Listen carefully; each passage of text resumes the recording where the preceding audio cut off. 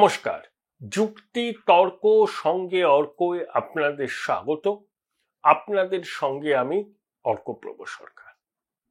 5ই মে থেকে দুদিনের সফরে মুর্শিদাবাদে মুখ্যমন্ত্রী জেলার প্রশাসনিক আধিকারিক জনপ্রতিনিধিদের সঙ্গে বৈঠক করেছেন। মুখ্য সচিব ছিলেন, ডিজি ছিলেন। তারপর স্বভাব সিদ্ধ ভঙ্গিতে আবোল তাবোল কথা মুখ্যমন্ত্রী বলেছেন। সব থেকে আমার সিগনিফিকেন্ট লাগলো দুটো কথা। এক, মাত্র দুটো ওয়ার্ডে তো ঝামেলা হয়েছে, ঝামেলাটার মধ্যে পঞ্চায়েত অঞ্চলও ছিল। 2024-এর লোকসভা নির্বাচনে ওই দুটি ওয়ার্ডই সম্ভবত তৃণমূল পিছিয়ে ছিল। দুই, নাম না করে বেলডাঙ্গা ভারত সেবাশ্রম সংঘের কার্তিক মহারাজের দিকে অভিযোগের আঙুল তুলেছেন। বলেছেন তিনি রাজনীতি করছেন। 48 ঘন্টা নাকি বিদ্যুৎ বন্ধ করে দেওয়া হয়েছিল, সেটা নাকি তার অঙ্গুলি হেলনেই হয়েছিল। তিনি উস্কানি দিচ্ছেন, পরিকল্পনা করেছেন। এখন প্রশ্ন হলো, কার্তিক মহারাজ এত শক্তিশালী যে 48 ঘন্টার জন্য বিদ্যুৎ সরবরাহ বন্ধ করে দেন? তাহলে আপনার বিদ্যুৎ মন্ত্রীকে তো অবিলম্বে অপসারণ করা উচিত। যদি বিদ্যুৎ দপ্তরের উপর তার নিজেরই কোনো নিয়ন্ত্রণ না থাকে, কার্তিক মহারাজের কথায় যদি বিদ্যুৎ দপ্তর চলে, তাহলে এর থেকে হাস্যকর বিষয় আর কি হতে পারে? এখন বলছেন বিএসএফ কেন গুলি চালালো? শুভেন্দুবাবু বলেছেন যে বিএসএফ গুলি চালিয়েছে, তদন্ত করুন কেন চালিয়েছে, আর বিএসএফ অ্যাক্টিভ না হলে প্রাণহানির ঘটনা আরো বাড়ত। আসলে মুখ্যমন্ত্রী একটা জিনিস খুব ভালো বোঝেন, একটা জিনিস, সেটা হচ্ছে ভোট। তিনি ভোট কুড়োতে গেছেন। দেখুন, সম্পূর্ণ পোলারাইজেশন না হলে মুর্শিদাবাদে 2021-এ যে আসনগুলো তৃণমূল জিতেছিল, সেই আসনগুলোর মধ্যে কয়েকটা হাতছাড়া হবে। তাই মুখ্যমন্ত্রীর সম্পূর্ণ পোলারাইজেশনের বিষয়ে তৎপর। যে দুটো ওয়ার্ডে ঝামেলাটা হয়েছে, এই সংঘর্ষের পর সেখানে পোলারাইজেশনটা চূড়ান্ত রূপ নিয়েছে। আবার ওখানে পোলারাইজেশনের সুফল তৃণমূল পেলেও আবার কান্দি সহ অন্যান্য বেশ কয়েকটি কেন্দ্রে, বহরমপুর মুর্শিদাবাদ ছেড়ে দিন, আরো 3-4টে কেন্দ্র আছে মুর্শিদাবাদ, আমাদের অন্যতম হচ্ছে কান্দি। সেখানে কিন্তু হিন্দুদের পোলারাইজেশনও সাংঘাতিক রকম হয়েছে, অর্থাৎ পুরোপুরি ডিভিশন। এবং এই পোলারাইজেশনের সুবিধা তৃণমূল তো পাবে, যেখানে যে আসনগুলো তারা গতবার জিতেছিল মুসলিম সংখ্যাগরিষ্ঠ আসন। আমি বলছি না যে হিন্দু মুসলিম সংখ্যা ওই কি বলবো আর কি 60-40 এরকম নয়, মুসলমান সংখ্যা 80, হিন্দু সংখ্যা 20, 100-র মধ্যে। সেসব জায়গাতে উনি পোলারাইজেশনটা সম্পূর্ণ করতে চাইছেন, যাতে ওই আসনগুলোতে বাম কংগ্রেস কিছু না করতে পারে। কিন্তু এই পোলারাইজেশনের সুফল তিনি যেমন ওখানে পাবেন, আবার হিন্দুদের পোলারাইজেশনের জন্য তৃণমূলকে কয়েকটা আসনও হারাতে হতে পারে। অর্থাৎ তিনি ভোটের কারবার করতেই তিনি ওখানে গিয়েছেন। প্রথম কথা দেখুন, 4 ঘন্টা ধরে হরগোবিন্দ দাস এবং তার ছেলের মৃতদেহ পড়েছিল, পুলিশ আসেনি। কেন আসেনি? কে বারণ করেছিল পুলিশকে আসতে? তদন্ত করুন আপনার প্রশাসন। শুনলাম একটা শিবলিঙ্গকে মাটিতে ফেলে দেওয়া হয়েছিল, আমাদের বিশ্বাস আস্থার প্রতীক শিবলিঙ্গ। শুনলাম, আমি সত্য মিথ্যা জানি না। সুমন চট্টোপাধ্যায় তার বাংলা স্ফিয়ার ব্লগে এটা বলেছেন। তাহলে পুলিশ কোথায় ছিল? 4 ঘন্টা পুলিশ নেই, ডাকলে পরেও আসেনি। ঘটনার প্রায় 1 মাস পরে ওখানে গিয়ে মুখ্যমন্ত্রী আবোল তাবোল বলবেন, মানুষকে একটা ভিন্ন ন্যারেটিভ দেবেন, যে ন্যারেটিভের সঙ্গে বাস্তবের কোনো মিল নেই। সেদিন পুলিশ যদি অ্যাক্টিভ হতো, তাহলে ওই দুটো প্রাণ অকালে যেত না। 4 ঘন্টা ধরে তাণ্ডব করেছে দুষ্কৃতীরা। তার আগে তারা ওখানে একটা মদের দোকান লুট করে আকণ্ঠ মদ্যপান করে এই হামলা চালিয়েছিল। কোথায় পুলিশ? ছিল না। তাহলে দায়টা কার? পুলিশ মন্ত্রীর দায় নয়। তিনি অবশ্য কোনো দায় নেন না। সরকারের কোনো ভালো কাজ হলে তিনি কৃতিত্ব নেবেন, তার হাসি মুখের ছবি সব জায়গায় উদ্ভাসিত হবে। আবার বিপদে পড়লে, আমি তো জানি না, ছোট ভুল কাজ করতে গেলে ভুল হয়, রাইট টু ব্লান্ডার, কিছু দুষ্টু লোক করেছে এইসব বলবেন, নিজে দায় নেবেন না, শিক্ষার দায় নেবেন না, স্বাস্থ্যের দায় নেবেন না, পুলিশের দায় নেবেন না, কিচ্ছু দায় নেবেন না। আবার তিনি হচ্ছেন সর্বময় কর্ত্রী। এই বিগত তৃণমূল জামানায় প্রশাসনের একটা কিছু হয় তার অঙ্গুলি হেলন ছাড়া। কারো ক্ষমতা আছে, কোনো মন্ত্রীর ক্ষমতা আছে নিজের থেকে কোনো সিদ্ধান্ত নেওয়ার? কেউ যদি সিদ্ধান্ত নেয় তার চাকরি নট হয়ে যাবে, পরিষ্কার বলে দেওয়া হবে। তুমি কি এটাও ভালো বোঝো? এক প্রাক্তন পর্যটন মন্ত্রী কিছু উদ্যোগ নিয়েছিলেন, শোনা যায় মাননীয় সরাসরি তাকে ফোন করে ভৎসনা করেছিলেন, মুখঝামটা দিয়েছিলেন। তুমি দেখছি পর্যটনটাও আমার থেকে ভালো বোঝো। আসলে তিনি সব বোঝেন। বিধান রায় মতো ডাক্তারিটাও বোঝেন, সিদ্ধার্থ বাবুর মতো আইনটাও বোঝেন। কোনো কিছু এমন কিছু নেই যে তিনি বোঝেন না। শক্তিদার মতো কবিতাও তিনি লেখেন, সব সব। আর দায় তিনি নেন না। কখনো ছোট ঘটনা, কখনো আমরা কি করব, কাজ করতে গেলে ভুল হয়। 4 ঘন্টা ধরে লাশটা পড়েছিল, দুজনের লাশ, বারে বারে ফোন গেছে, কত দূরে পুলিশ ফাঁড়ি, পুলিশ থানা আসেনি, কারণ পুলিশকে আসতে দেয়া হয়নি। পুলিশকে যদি ফ্রি হ্যান্ড দেয় শাসক, দুর্বৃত্তদের অবস্থা পুলিশ খারাপ করে দেবে। কিন্তু ভোটের স্বার্থেই পুলিশকে কখনো সেই ফ্রি হ্যান্ডটা দেয়া হয় না। এটাই আমাদের দুর্ভাগ্য। দেখুন, কার্তিক মহারাজ বিতর্কিত। তিনি বিজেপির সঙ্গে আছেন, তিনি পদ্ম পুরস্কার পেয়েছেন, তিনি হয়তো নির্বাচনেও প্রতিদ্বন্দ্বিতা করবেন। সাধু সন্তদের মধ্যে থেকে দাবি উঠছে বিজেপি যেন সাধু সন্ত সমাজের অনেককে এবার নির্বাচনে প্রার্থী করে 26-এ। কিন্তু তিনি নাম না করে বেলডাঙ্গায় ভারত সেবাশ্রম সংঘের কার্তিক মহারাজকে যেভাবে বিঁধলেন, বললেন তিনি সব জানেন, তিনি সব সামনে নিয়ে আসবেন, এখনো তদন্ত চলছে। প্রমাণ করুন যে উনি ইনভলভ। তবে ওই কথাটা খুব হাস্যকর, বিদ্যুৎ কিভাবে বন্ধ হলো। 48 ঘন্টা বিদ্যুৎকে বন্ধ করে রাখা হয়েছিল, সরবরাহ। তার ঘনিষ্ঠ একজন বিদ্যুৎ মন্ত্রী সবসময় তার সঙ্গে থাকেন, তাকে জিজ্ঞেস করুন।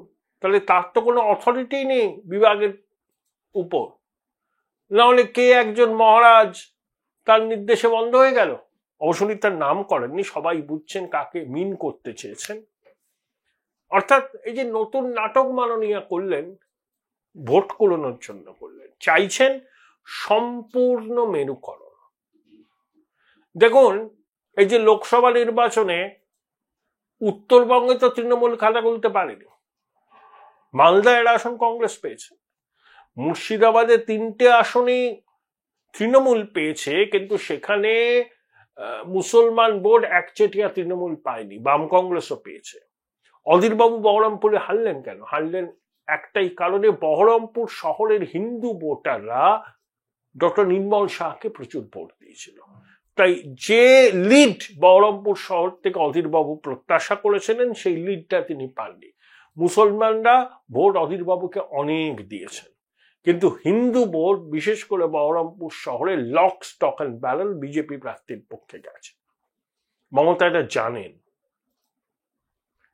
তাই মেরুকরণটাকে সম্পূর্ণ করতে চাইছেন। তিনি জানেন যে বিজেপি হিন্দু ভোট ম্যাক্সিমাম পাবে, কিন্তু তার ভিত্তি মুসলমান ভোটে যেন মালদা, মুর্শিদাবাদ, উত্তর দিনাজপুরে বাম কংগ্রেস ভাগ বসাতে না পারে, সেটা নিশ্চিত করার জন্য সম্পূর্ণ মেরুকরণ তার প্রয়োজন, এবং সেই লক্ষ্যে তিনি সচেষ্ট। তিনি ভোট কুড়োতে গেছেন। কতটা সফল হবেন সেটা নির্বাচনের ফলাফল প্রমাণ করবে।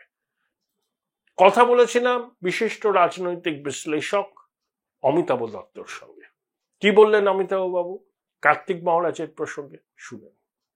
আমার প্রশ্ন যেটা, মুখ্যমন্ত্রী মুর্শিদাবাদ সফর করছেন ঘটনার প্রায় 3 সপ্তাহ পেরিয়ে যাওয়ার পরে, কিন্তু কালকে উনি বললেন যে 2টো ওয়ার্ডে অশান্তি হয়েছে, কারা করেছে তিনি সব জানেন, সব রেকর্ড করছেন, আরো কিছু তথ্য জোগাড় বাকি আছে, তারপর তিনি সর্বসমক্ষে আনবেন।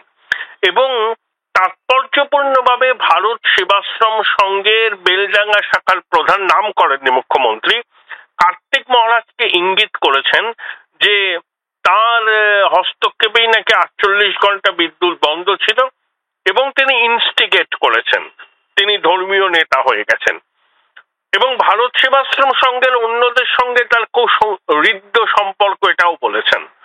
তা বেছে বেছে নাম না করে কার্তিক মহারাজের মতো এক সন্ন্যাসীকে টার্গেট করছেন কেন মুখ্যমন্ত্রী? কার্তিক মহারাজ তো পদ্মশ্রী। উনি তো শুধু কার্তিক মহারাজ নয়, আপনি পদ্মশ্রী কার্তিক মহারাজ বললে তো ঠিক ছিল, তাহলে ও পরিচয়টা হয়ে যেত। উনি তো হালফিলে এই গতবারেই বোধহয় পদ্মশ্রী পেয়েছেন। একজন রামকৃষ্ণ মিশন অথবা ভারত সেবাশ্রমের সন্ন্যাসী পদ্মশ্রী পাচ্ছে, এটা যদি ব্যতিক্রমী ঘটনা হয় তাহলে মুখ্যমন্ত্রীও ব্যতিক্রমী কাজ করেছেন। মানে উনি তো ওনার কাজের জন্য পদ্ম পুরস্কার পেয়েছেন, হ্যাঁ, তার সঙ্গে এটার কি সম্পর্ক? দেখুন, বেলডাঙ্গায় আমি যতটুকু জানি, বেলডাঙ্গায় ভারত সেবাশ্রমের যে আশ্রম আছে তার প্রধান হচ্ছে কার্তিক মহারাজ। এরকম ভারতবর্ষে বহু জায়গায় আছে ভারত সেবাশ্রম সংঘের। আমি অনেক আশ্রমে তাদের গেছি, খুব ভালো আশ্রম, বড় আশ্রম। তাদের যারা মানে মঠাধীশ যারা রয়েছেন, মানে মঠাধীশ নয়, মানে আশ্রমের যিনি প্রধান রয়েছেন, তাদের অনেক অবদান আছে, অনেক তারা কাজ করে এসেছেন। যদি উনি নেক নজরে কেন্দ্রের থেকে থাকেন, কেন্দ্র যদি তাকে নেক নজর দিয়ে থাকে, তাহলে সেটা কেন্দ্র এবং কার্তিক মহারাজের ব্যাপার। কেন্দ্র অন্য রামকৃষ্ণ মিশনের কোন সন্ন্যাসীকে পদ্মশ্রী দিয়েছে তো আমার জানা নেই। ভারত সেবাশ্রম সংঘের অন্য কোনো, মানে বাংলায় দুটোই মোটামুটি সেবা সংঘ আছে সন্ন্যাসীদের, আরো আছে কিছু কিছু, কিন্তু মূলত এই দুটোই আছে। সেখানে পদ্মশ্রী দিয়েছে, কেন্দ্র থেকে ওনাকে দিয়েছে, পদ্মশ্রী দিয়েছে। উনি পদ্মশ্রী কার্তিক মহারাজ, কি আছে, কেন্দ্র এবং ওনার মধ্যে কি ইকুয়েশন আছে আমরা বাইরের লোক কি করে বলবো? ভেতরের লোক কিছু বলতে পারে, ওনারা বলতে পারে। উনি নাম করেননি, কিন্তু কারুর ব্যক্তিগত উদ্যোগে 48 ঘন্টা আলো বন্ধ করে রাখা সম্ভব? বলুন তো, এই ধরনের অভিযোগ করছেন। দেখুন, মুখ্যমন্ত্রী কি বলছেন তার দায়িত্ব আমি নেবো না। উনি পশ্চিমবাংলার তিনি প্রধান অ্যাডমিনিস্ট্রেটিভ হেড, তিনি অ্যাডমিনিস্ট্রেটিভ, তিনি সত্য বলছেন মিথ্যে বলছেন ভবিষ্যতে বোঝাই যাবে। তবে সাধু সন্তানরা এখন রাজনীতি করছেন, এটা অত্যন্ত পরিতাপের বিষয়, দুঃখের বিষয়। হিন্দু ধর্ম এটাকে সমর্থন করে না, হিন্দু ধর্ম সমর্থন করে না। এবং স্বামী বিবেকানন্দকে জিজ্ঞেস করা হয়েছিল, স্বামী বিবেকানন্দকে জিজ্ঞেস করা হয়েছিল যে আপনি এই রাজনীতি বা কংগ্রেস সম্পর্কে কি বলেন। তিনি বলেছিলেন যে রাবিশ, একটা কথা বলেছিলেন। যোগী আদিত্যনাথের কথা বলছেন, উনি যোগী সামনে বসিয়েছেন, তাহলে যোগী বসালে উনি যোগ সাধনা করে কি করেছেন আমার জানা নেই। একজন যোগী তো যোগ কথা হচ্ছে ইউনিয়ন উইথ গড, পরমাত্মা এবং আত্মার যিনি সংযোজন করতে পারেন নিজের মাধ্যমে, তিনি হচ্ছেন যোগ। যোগ মানে plus, addition, self and he, মানে আত্মা এবং পরমাত্মা। তাহলে যোগী আদিত্যনাথ যদি আত্মা পরমাত্মার মিলন করে এসে যদি উনি মুখ্যমন্ত্রী হয়ে থাকেন, আমি আশা করব তিনি উত্তরপ্রদেশকে মার্কিন যুক্তরাষ্ট্রের মতো উন্নত এবং প্রাচীন ভারতের মতো আধ্যাত্মিক তিনি এগিয়ে যাওয়া একটা রাজ্যে পরিণত করবেন। আমার শেষ প্রশ্ন, এবার বিজেপি সাধু সন্তদের বলেছে, এই রাজ্যের ক্ষেত্রে বলছি, যে আপনারা আরো এগিয়ে আসুন, নির্বাচনে প্রতিদ্বন্দ্বিতা করুন, এবং সাধুদের মধ্যে থেকেও একটা দাবি উঠছে তাদেরকে মনোনয়ন দেয়া হোক অনেক জায়গায়। কিভাবে? তাহলে পদ্মশ্রী কার্তিক মহারাজের ব্যাপারটা আপনার কাছে পরিস্ফুট হয়ে গেল। না না, এটা কার্তিক মহারাজ আপনার প্রশ্নের ভিতরেই আপনার উত্তর রয়েছে। যদি কোনো পদ্মশ্রী মহারাজ, আমি নামটা নিলাম না, যদি রাজনীতি করে মুখ্যমন্ত্রিত্বের দাবিদার, উপমুখ্যমন্ত্রিত্বের দাবিদার, অথবা অর্থমন্ত্রী অথবা শিক্ষামন্ত্রী অথবা বিধায়ক হবার জায়গায় পৌঁছতে চান, তাহলে তার কার্যকলাপের দায় সাধারণ মানুষ হিসেবে আমরা কি করে অ্যানালিসিস করব? এখন তাই চলছে। রাজনীতির তো বিরোধিতা তো আর বিরোধিতা নেই, যে পশ্চিমবাংলার দুর্নীতি, পশ্চিমবাংলায় যে ভয়াবহ পরিস্থিতি, এখানে অর্থনীতি, তারপরে শিক্ষা, স্বাস্থ্য, যোগাযোগ, জল, কল, আবহাওয়া, প্রত্যেকটা জিনিস আজকে বাঙালি জাতি পশ্চাৎপদ জাতি, এটা তুলে ধরার মতো বিরোধী শক্তি কিছু নেই। তাদের একমাত্রই কাজ হচ্ছে যে ধর্মর সুরসুরি দিয়ে দাঙ্গা বাঁধানো। তাতে কোন মহারাজ কি করছেন? তিনি রাজা মহারাজ। ভারতবর্ষ তো মহারাজার যুগ থেকে শেষ হয়ে গেছে, কিন্তু এখনো মহারাজারা আছেন, তাদের পদ্মশ্রী মহারাজও আছেন। কেন্দ্রের পয়সায় তারা স্কুল, কলেজ, তারপরে বিভিন্ন আশ্রম খুলে বসেছেন। তাদের সবাই এগুলোকে জানেন, তিনি কোত্থেকে কারা কোত্থেকে পয়সা পাচ্ছে। আমি কোনো ব্যক্তির কথা বলছি না। সেখানে 12টা স্কুল, 3000 ছাত্র, অমুক তমুক, সবই তো কেন্দ্রের পয়সা। থ্যাংক ইউ অমিতাভ দা, thank you. Join Indian Institute of Hotel Management now. Right choice, right decision.